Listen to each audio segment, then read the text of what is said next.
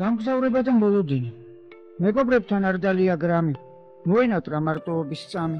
კარი გახსნა დაიხურა ქუდი. იყო დილის 4-10 წუთი. გამგზავრება დაისახა მიზნად. უცებ თავის ნაბიჯს გაემიჯნა. მიაკითხა მატარებლის სადგურს. წასვლა უნდა, რადგან წასვლა არ სურს. ის ყოველთვის უწოდებდა პროტესტს. სასაცილოდ შექმნილ ავტოპორტრეტს. დაინახა მატარებლის თვლები. შეიყვარა ცარიელი გზები. გზაში შუბლი მიაბჯინა მინას.